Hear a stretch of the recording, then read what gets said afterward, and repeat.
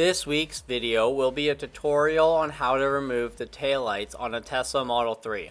This intro is a quick summary of what we will be covering in the video, but before we begin, if you're interested in learning more about the collision repair process on Teslas, hit that subscribe button in the upper right hand corner.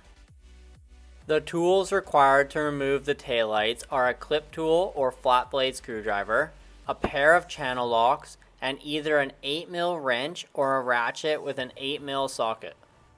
With the trunk open, roll the weather strip up with your fingers to release the quarter trim panel.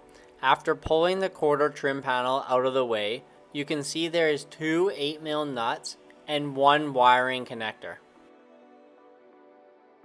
Using either your clip tool or flat blade screwdriver, slide the red locking tab towards the front of the vehicle to release the wiring connector.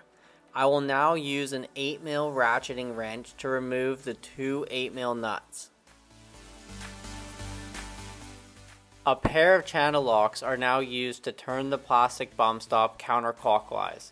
Once loosened, you are able to use your hand to unscrew it. To remove the taillight, slightly pull the taillight out to grab underneath.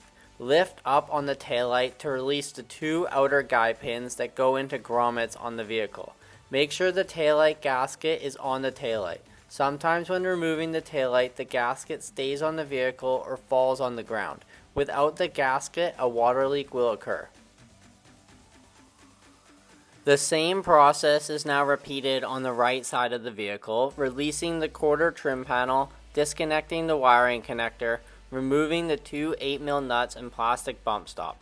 I hope this tutorial video helped you, and if you want to see more tutorial videos or collision repair videos on Teslas, make sure to hit that subscribe button for new weekly content.